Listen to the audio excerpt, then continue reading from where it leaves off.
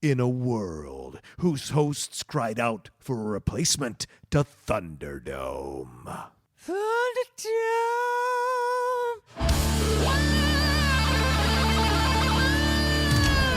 The Top 10 is proud to bring you the Relist. Relist. Relist.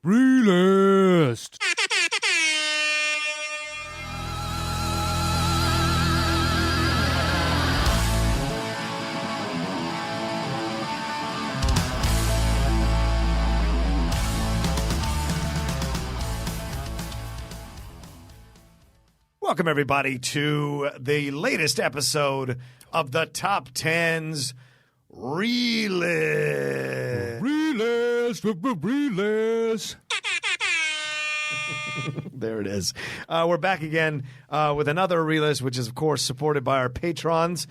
They get to three of them get selected. One picks out the topic. Two send in their lists. Matt and I read off the list and compile them at the end. But, of course, as true to tradition, we do not look at these lists before we break them down. So it's all unknown to us. We open the email and we just start the show. So occasionally it has happened where like I haven't seen that movie. Yeah. It's this one to bring up. I don't have anything to add to that, unfortunately.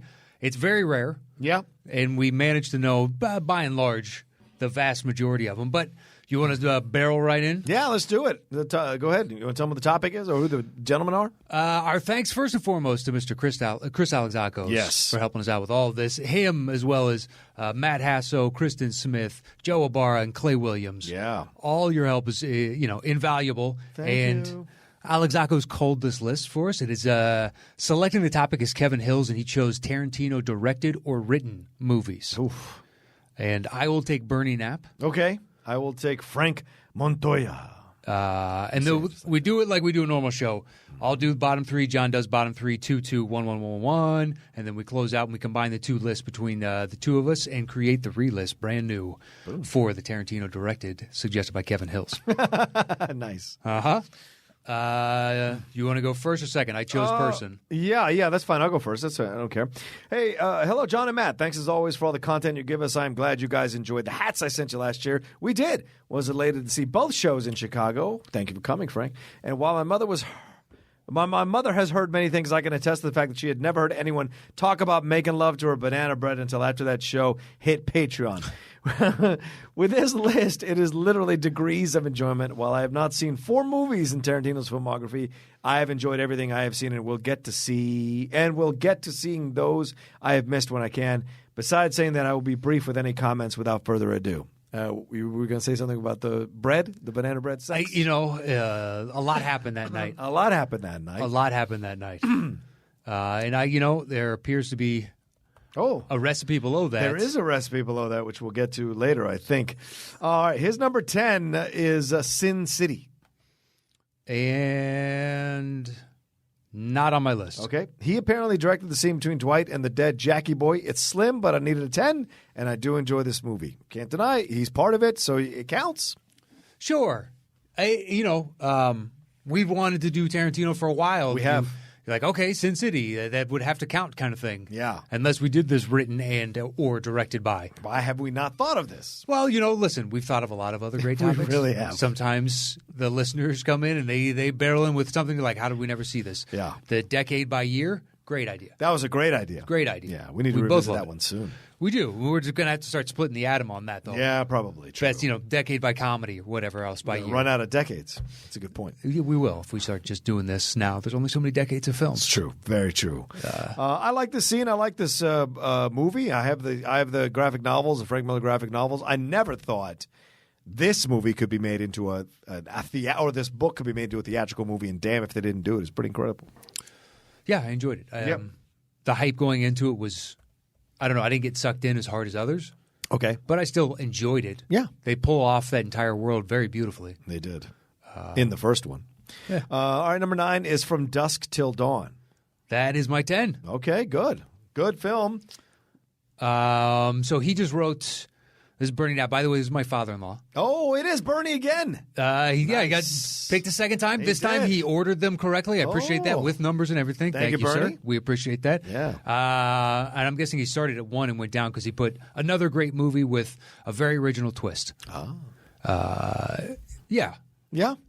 Like, it's one of those, either you buy it after the twist. Yeah. Or you just enjoy one half or the other. Or you just walk out of the theater. Or perhaps you do that's that. certainly Is that what you did? No, I loved it. But I'm certainly someone who could go, vampires, fuck this. I mean, when it shifts, it's just like, okay. Yeah. I didn't think you were going down this route. Very interesting. You made a very unique movie because you're setting it up to be something utterly different. Yeah. That I was kind of like, okay, this is interesting. What's going on here? And then it just it changes. It flips on you. I wonder about Rodriguez. I wonder if he's a one-trick pony. I wonder if there's not much left. I mean, you got Spy Kids, of course. That was actually really good. So you've got a number of films that when he was starting out, exciting, great stuff, possibilities. Shoestring budget. Yeah, great. I read his book and everything. Like, it was great. But then the last few films haven't really hit, and Alita is another one that had a lot of promise but didn't quite get there. So you wonder if who knows? Hopefully he continues to work, and just like he's in a little bit of a lull, and he comes back. Yeah, we'll see. Who knows? All right, my number 8, or I'm sorry, Frank Montoya's number 8 is Death Proof, which is that other half. Not on my contest. list. Okay, I like this film. Oh shit! Oh wait, I just saw Sin City because I'm an idiot. Oh, okay. So he had it at 8, and You I had it at 8? apologize. Okay, so we've talked about it already. We have. He wrote. What does Bernie say? He's always doing something different. This one was black and white and had a cartoonish quality. Sure. Bernie, it's not cartoonish, but I'm going to let you slide on that one because you're his father-in-law. So it's not cartoonish, Bernie. I think it's more so. You know, Bernie. Having a lack of the verbiage because he didn't grow up with it as much as we did. Fair enough. So that's just, it's not a slanderous thing. It's just like, oh, that's how I qualify it because whatever. That's how I qualify all of that stuff. I'd like to show him some noirs from when Bernie was growing up, and I'll show you cartoonish. Bernie. That being said, that was for his comments on Sin City. Yes. Number 8 was Death Proof for me, and is it on your list or not? It is not. Okay. Do you want to take a second look? Just in case? I am literally going over it as you're saying this, going, let's see if I screw this up again. I actually like this Grindhouse movie as originally released. The extended editions they've released separately, I have not enjoyed. I think the movies are better as a 1 hour thing connected to each other, or 1 hour, 10-minute thing connected to each other with those weird trailers. I think it works better. The longer version of Death Proof doesn't work as well for me, but it's still a classic Tarantino film in that there's a shit ton of dialogue and it gets to this shocking moment, and possibly Stuntman Mike, which is Kurt Russell's character in the movie, somebody related to him might be in this Once Upon a Time in Hollywood movie as well. Maybe his dad, or Are you saying Brad Pitt in terms somehow, of someone because in Kurt his Russell's world? in it and he's a stuntman. Okay. So you're like, this is Kurt Russell's character's dad. Okay. Yeah. The So world's combining type of Tarantino, The whatever. whole Somehow universe creating thing. a world. Yeah. Exactly. Well, they do that one through like the cigarettes Right. that they all use. Whatever else there is a world they're creating within Los Angeles, in essence. Exactly. Yeah. Haven't seen it. Fair enough. Still haven't seen it. If we did this week, I would have watched it. Fair. But anyway, so we've heard my number 10. My number 9 is Crimson Tide. What? Tarantino wrote Crimson Tide? That's what I'm looking up now. What? Because if that's the case, I did not know that. That can't be right. I've never heard that before. Tony Scott directed a Tarantino film, but it wasn't Crimson Tide. It was True Romance. We're about to find out. Maybe this is where he fell in love with it. Writers, do we have one more credit? We better have one more credit on there, Bernie, or it does not count. No, we got Michael Schiffer and Richard Henrik. Yeah, there it is. Sorry, Bernie. Yeah, I don't know how you pulled that one. Did you misread on Tarantino's and think it was something else? Yeah, I think that's what it is, because Tony Scott directed True Romance and Tarantino wrote True Romance. It actually was his first script he wrote before Reservoir Dogs. So, so I can understand making the mistake. So if we want, we could put True Romance there at number 8, which is not on my list. What does he say about Crimson Tide? I'm curious. He says, sorry, I'm trying to look it up on IMDb as well. On Crimson Tide, good plot and a couple of great actors. To the point. That's still True Romance. I appreciate it. Still qualifies for True Romance. It's very true. I want to give him credit. No, we got nothing, nowhere near that. What? For Crimson Tide, it's like maybe he did a couple scripts like in that area to generate some extra income. Nope. Just like reading over the list, does anything look like Crimson Tide? Curdled? No. I think he just made the mistake that was True Romance instead of Crimson Tide. Perhaps so. All right. Then my number 7 for Frank is Django Unchained. That is my number 7 as well. Cool. He says the fact that the Leo/Broken Glass scene was unscripted both amazes me and makes me slightly queasy. Yeah, I'm sure. I love it. This is 7. It's been a while, and I've only seen it once. That's it. To the point, Bernie. To the point. Is that why it's 7? So I would say go back and rewatch it because I think it's more enjoyable for some of the hyperbolic aspects of it. Yeah. Leonardo DiCaprio's character being so over the top and the tension with Sam Jackson and Django, Jamie Foxx. Right. And the storyline as a whole, like I like that Tarantino blows himself up. Yeah. Comes out and does a terrible Australian accent. He really does. He exits stage right really quick after that. As well he should. But kind of great, though. Yeah, true. Agreed. And, Christoph Waltz became a household name from this movie. Yeah, and that KKK scene is still brilliantly funny. It is. My God, because when I interviewed Don Johnson, I asked him about that, and he laughed about it, like just the idea. And he said he loved working with Quentin, and of course, so it's a great experience, But he's like how could it an not encyclopedia. Be? It's everything he's going to say and has to say because and not saying he wouldn't say it, but no, because he said Quentin pitched him by picking out some movie from his in the early 80s or 70s that he was obsessed with that Don totally forgot he even did. So that's some seriously deep diving, man. Really? Yeah, crazy. What was the movie? It was called Melanie, ironically enough. Huh. Yeah. And really, he forgot making the movie that ended up being the name of his wife? He said, I've got a shit ton of movies that I don't remember making. That I never even saw. Too much hooch and tootskis? He never denies it. He had some interesting friends back in that time, so... How can you not? Exactly. You're Don Johnson. I mean, you're Don Johnson. He's had a weird life. An interesting life, if nothing else. And still going. Dude, you managed to go on a TV show that propelled you to basically being the equivalent to a movie star because it's shot in such a way and you're always looking cool as shit and all that. Putting out an album that did pretty well. He had a one-hit wonder, at least, with Heartbeat. Exactly. Yeah. Heartbeat. Heartbeat. I love that you remember it. I just remember that part of it. Yeah. I can't remember how it starts. I can get into the chorus. Maybe I can there's sing a sax the chorus. solo at the beginning, I think. Is there? I think so. The Lost Boys action? I watched the music guy? video before the interview just in case it came up. But yeah, I think there's a sax solo and then him walking through New York with some dude with a camera following him everywhere he goes. I wonder how he watches that. You know what I mean? Like, in that, does he look back on it and laugh at the fact that it was so 80s, so over the top? Still, it's something nice. So like, look, that song did huge numbers. Yeah. Can't take that away from the guy. He was incredibly gracious. So I'm sure he looks back and watches that stuff and laughs his ass off and goes like, man, what was I thinking? Like we all do when we go back and look at the 80s stuff we look like or did. What was I doing? But at the same time, it's still pretty sweet. I still got a single out of it. Made a music video. And whatever stories happened around that, that was a really good time in my life. He's got Bruce Willis is the one who shouldn't look back on his musical career. That's the one. But I mean, think about the ego of that. You get to a point where you're like Bruce Willis, moonlighting, and then Die Hard, and he's suddenly going, "Dude, I play the harmonica." And no, Bruno, no. What's the name of my group? Bruno. Okay, all right, Bruce. Yeah, no, that's enough out of you. Not gonna happen. All right, so then my number 6, or Frank's number 6, is The Hateful Eight. That is Bernie's number 6. Wow, Bernie. What does Frank have to say? Frank has nothing to say about it. All what right. does Bernie have to say? Bernie says, just love his style, all the violence. You can't take your eyes off the screen for a second or you'll miss something. Oh. Yeah.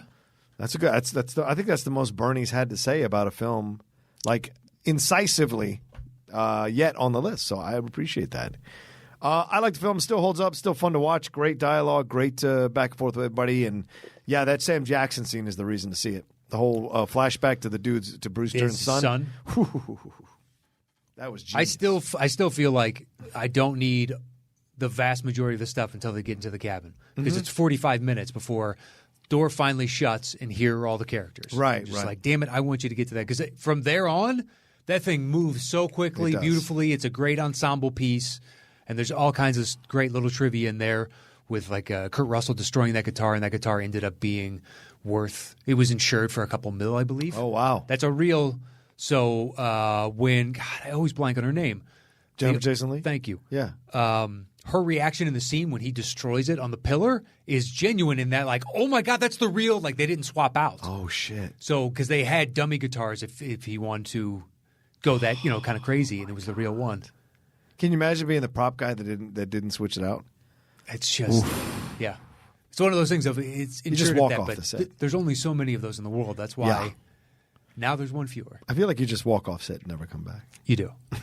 You do. You just got to put everything back. I mean, at least it's not like a Stradivarius. Oh, right. Can you imagine if you destroyed one of those? Be like, dude, you're. I mean, there could be a hit on you for some classical musician, like true. Illuminati type of weird European society where they all get together. The Stradivari. Yeah. They can feel it when one has been destroyed. Oh yeah, exactly. All kinds of weird, kind of nebulous, Slytherin-like powers. Boop, boop, boop. Yeah, I don't trust it. All right, so that was your 7 and 6 is the same. Yeah. Okay. All right, then my number 5 or Frank's 5 is Inglourious Bastards. That is a punt. Okay. My 5 is he did a split, Kill Bill 2. All right, that's the 4. And he did split as well. Okay. Bernie said another great one from the start. The B-52s. Explain the plot of KB1 with more Tarantino. Mm-hmm. I need to increase the font size on this. Oh yeah, getting older. A couple times. Well, yours is probably 14 to 16 font, and I think mine is 10. So it's like, shit, they kind of bleed together. Bernie's got those magnifying glass glasses. Jeweler's loops. Yeah. He's got those. It's not even just itty bitty, itty teeny tiny. He's like, he's going to mess with us. Kill Bill Volume 2, fantastic. I love this. I love the film as well. The 5-finger thing was fantastic. And, of course, David Carradine and Paltrow are incredible in the film all around. I still take the first one over the second one, but I love the second one because of the training sequence with the Asian dude, the master. Yeah. But that's fantastic. But the first one's all about that pussy wagon. That was incredible. So I just don't understand people's love of 1 and 2. Really? No. You don't get the Kill Bill thing at all? I like it in parts, and then other parts I'm just like, nah, this isn't. It's honestly, I've said it on here before. Yeah. It's all the stupid fucking names of all the fucking characters. So it takes me out of the reality of this cartoonish, hyper-violent type of thing. And so, when You it's mean the Viper Squad and shit? Yeah. It's like, here's Cottonmouth King coming at you, and you're like, oh shit. So does he have like a pot hook as well? So it's like this double meaning type of thing. Like what the fuck? And here's just over and over and over. All right. Yeah, the Samoan boa. But you're okay with Kobe calling himself the Black Mamba? What's the difference? That took years. Oh, my God. I hated it at first. He's self-titled. He is, and I hate that. I hate that. But if anybody's going to do it, Kobe is kind of the one guy that would do it. Okay.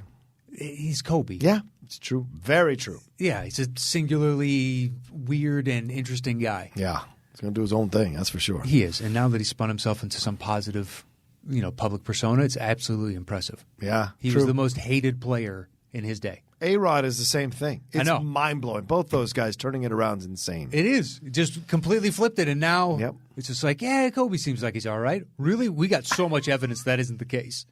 My favorite, you ever seen the clip of him leaving the practice court because he's fed up with Smush Parker and the other guys that got around him? It's like 3 years before he ended. And he screams at the GM and is like, you need some fucking bullshit. These guys are dog shit. Like, screaming it on the gym. At Kupchak. Yeah, at Kupchak. Walking off the court, and they're behind him. And he's like, this is nonsense. I'm, like, oh, my God. But Kobe can. Of course he can. Smush Parker ain't selling those shoes. No. But at the same time, he's doing it openly to all his teammates. Yeah. He's calling all of them bums. I'm sure Jordan did the same thing. I'm sure quite he a did. few times. Yes. But we didn't know at the time, so we he's still... didn't. He's still cool. Yeah. All right, so that was your number 4? Wait, that was my 5. You're 4. Right. So we're up to your 4? Yeah, my 4 is Kill Bill 1. Okay, that's the 3 here. Okay. Yeah. Frank says everything after the intro of O-Ren Ishii puts this film over the sequel for me. That's what he says. Yeah, another great run from the start. B-52's Charlie Brown. Love the combination of real mixed with animation. Yeah. Okay. Yeah. I mean, I know you don't love it. I don't mind the names and any of that. I enjoy the lunacy of it all because it feels like it combined a samurai film into an old school martial arts film. That vibe, that approach, and so making that combo works for me. Yeah, but I get why. And in those types of movies, the characters do have ridiculous names. Yes. More often than not. Yeah. Because you have to build up the mystique of an individual before you meet them because they need to be somebody that can take on this master of Shaolin or whatever the fuck it is. Yeah, it is. So I've never really gotten sucked into that world because every time it just kind of – I mean, look, the fight scene with Lucy Liu's clan. Oh, yeah. So amazing. Crazy 88 is fantastic. Yeah. So amazing. Yeah. And the fact that they had to tone down the visuals. Yeah, they put it black and white. Makes it even better. Yeah. And then her fight with Oranishi is fantastic too, with the whole like whoosh, whoosh, the water that's going on there, which is a reminder of Once Upon a Time in the West. All right, so what was your number 3? My 3 is the pun from earlier, Inglourious Basterds. All right, there we go. Frank doesn't write anything, so take it away. I said violent yet so entertaining. Agreed. I wanted more with the bastards. Yeah. That was what was sold to me in the trailers and in the fucking name. And it ends up not being about the bastards. And I love the bastard storyline. And then when they go to the, Berlin in the theater, and the girl there, and the like the stock guy or stock boy is black, and this Hitler and the Nazi higher ups are coming, and the big bomb. And I was like, where are the bastards though? How do they tie back in? Well, they're all there, kind of, but they don't do bastardy like things. I get what you're saying, that you wanted the crew going all over. You sold me. All over Germany doing their thing. I respect that completely. It's like this rogue squad going through and just crushing Nazis. That's what I thought we were getting. It was like, this is going to be a lot of fun. Yeah. And when they're doing that setup and they're doing it, it's like it's already going really well. Really well. When was it Eli Roth comes out and he's all yoked with that bat? Yeah. You're like, dude, this movie is good. The Bear Jew. Yeah. Well, maybe they saw the dailies back from Sam's performance and they were like, no, we got to cut this thing. Sam Levine. I wish we knew somebody else from it so we could take a shot at them as well. Me too. Yeah. All right. So that was your number 3? Correct. Which was a punt from 4. Okay. So then Frank's number 2 is Pulp Fiction. That's my number 1. Okay. He just says infinitely quotable, absolutely memorable. And Bernie at number 1 says, my wife and I started laughing from the start. That might tell you how disturbed I am. Great music, characters, and storyline. Smiley face. Catherine seems very chill. I've never experienced any kind of disturbed nature with Catherine, so I'm surprised Bernie. Let's not open that bag of worms, shall we? Let's not do that. And I'm sure he doesn't like me saying that right now. And trust me, she's got an even bigger bag on me. And be like, oh, really? Well, of course, you live with someone long enough. Dude, I have certain idiosyncrasies that I get from my father that are apparently genetic. Oh. Like sometimes if I fall asleep on the couch, which he'll do every once and again, his head tilts back, and as he's exhaling, he'll go, and I do that every once and again. I'm like, you kidding me? That's fucking genetic? And I do this nasal clear. That one's got to be just environment. Right. But he does it as well, like a couple other habits.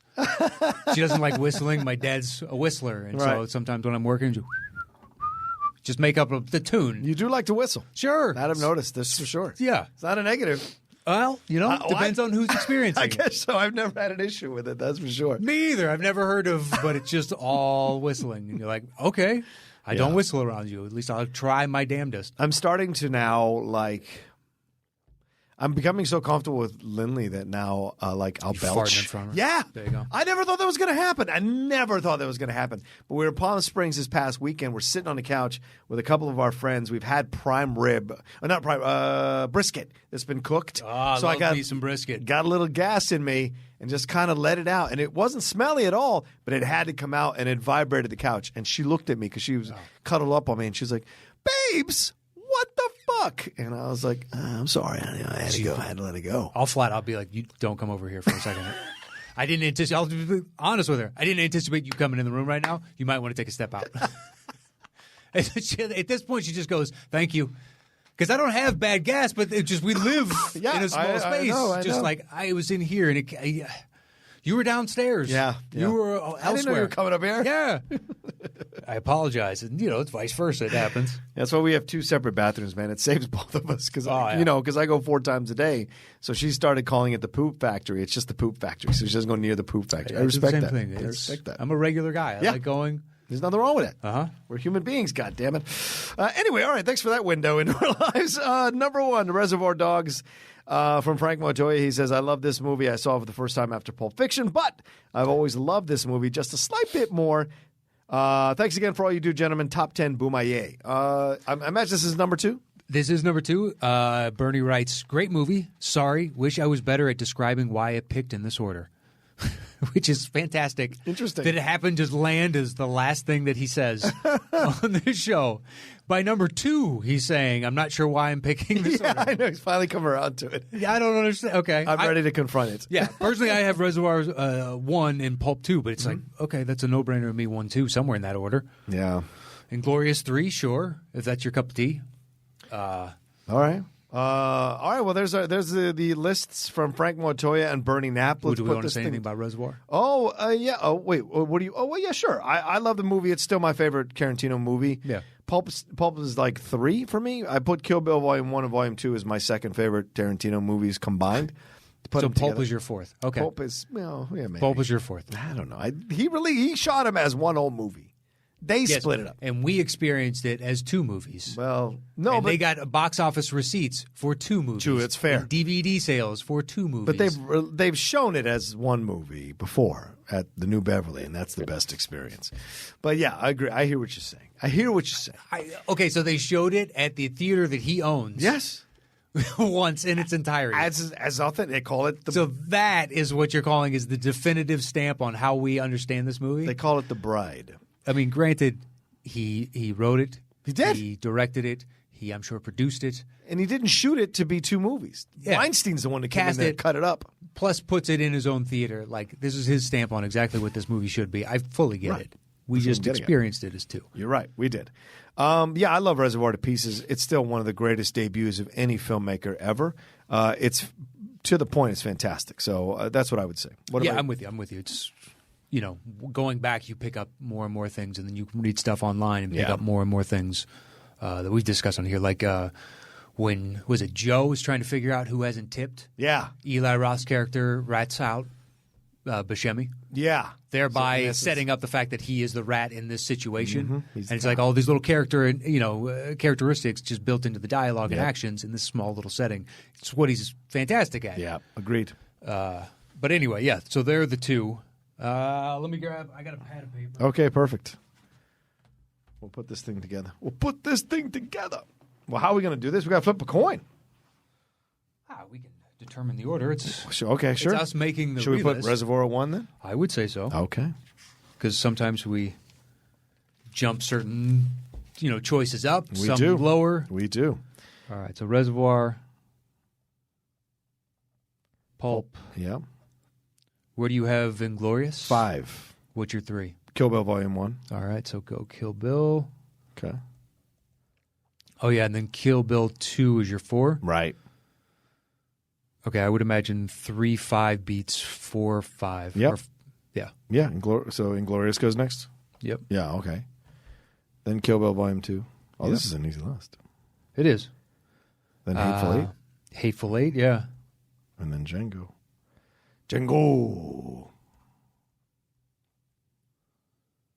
Where are we at now? 7. All right. I have Death Proof next. But we have Do we have Sin City? We have Sin City together. Sin City and Dust to Dawn. So go Sin City, then Dust to Dawn. Or what do you have? Dust to Dawn is 9 for me, and Sin 10. City is 10. Well, 8, 10 then beats. Okay. Sin City, Dust to Dawn. So we got 1 left. What's your last highest? It doesn't matter, actually, because he's got Crimson Tide, and that is not. It is not. So Death Proof it has to be. Oh, sorry, Bernie. So close. Yeah, you got screwed on this one. 1 became 2, and we had to disqualify one of his choices. So, I'm sorry. It's unfortunate. All right, let's do this thing. The top 10 movies that Tarantino directed or written on the relist. Yeah. At number 10. Death Proof. At number 9. From Dusk Till Dawn. At number 8. Sin City. At number 7. Django Unchained. At number 6. The Hateful Eight. At number 5. Kill Bill Volume 2.